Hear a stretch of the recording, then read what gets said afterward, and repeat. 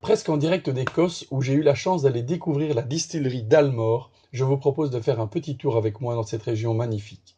Dalmore est situé à Alness, au nord d'Inverness, non loin de la Black Isle, d'où viennent une partie des orges qui seront utilisées dans la fabrication du whisky. Sauvé de la mort par le clan Mackenzie, qui rachètera la distillerie en 1891, le roi Alexandre III leur donnera le droit d'utiliser le cerf royal à 12 pointes comme emblème. Si cette distillerie, créée en 1839, ne fut exploitée que 30 ans par leurs prédécesseurs, ce sont les frères Mackenzie qui donnèrent toutes ces lettres de noblesse à la distillerie. Maintenant conduite par Richard Patterson, master distiller d'exception, la marque ne cesse de battre des records. Pour remonter à la source de Dalmore, nous nous rendons dans l'estuaire de Cromatory, d'où les eaux du Loch Moray fourniront la distillerie d'Almore. Une fois presque réduit en farine, le mélange d'orge malté est envoyé dans les cuves d'empâtage, où l'amidon sera transformé en sucre sous l'effet de l'amylase, une enzyme qui apparaît lors du maltage de l'orge.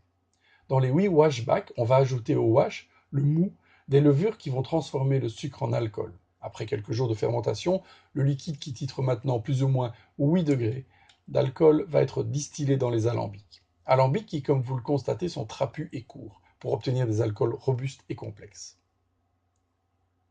Le new make, résultat de 2 distillations successives, sera recueilli dans le spirit safe à 75% d'alcool avant d'être transféré dans des barriques de bois à 64% pour un long vieillissement.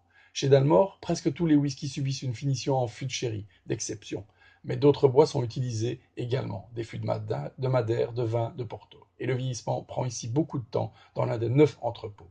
En route pour la dégustation.